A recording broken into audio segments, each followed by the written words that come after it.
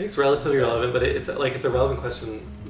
I keep the world separate, I guess, in some ways, and I do that because I don't want the actions I take in my art life to impact that day job, but I also, they both inform one another.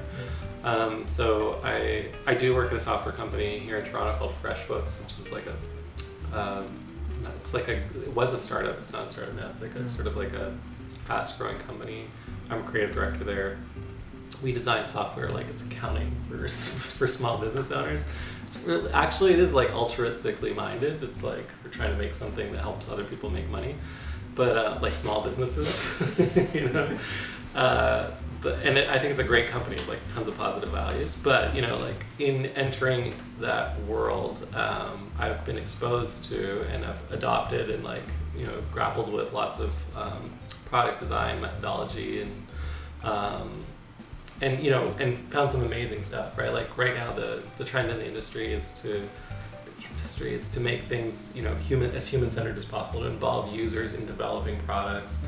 And it's really like, there's a guilt probably built into that, which is like for several decades, like software was built by a guy in a room, like, programming and be like, oh, I know it'll be good, and when things weren't good, they're like, the user's stupid kind of thing. I've had a lot of those encounters in my life where it's like, even worked on customer service at our company, and it was like, this person called in and they had this problem, and then I went to a developer and told them, and they're like, well, that person's stupid. So it's like, and that reminded me of like that new media artist too. It's like, well, if you don't understand the art, then you're just stupid. And I was like, so that kind of stuff informs my work every day. There's a lot of parallels there. The technology sector in software is not that dissimilar from the new media art or even art world. Like they're both these sort of like pretty powerful, when you think about it, groups of people that are very exclusive. Like a minority of the population works within them, and yet they have like all of this power over us,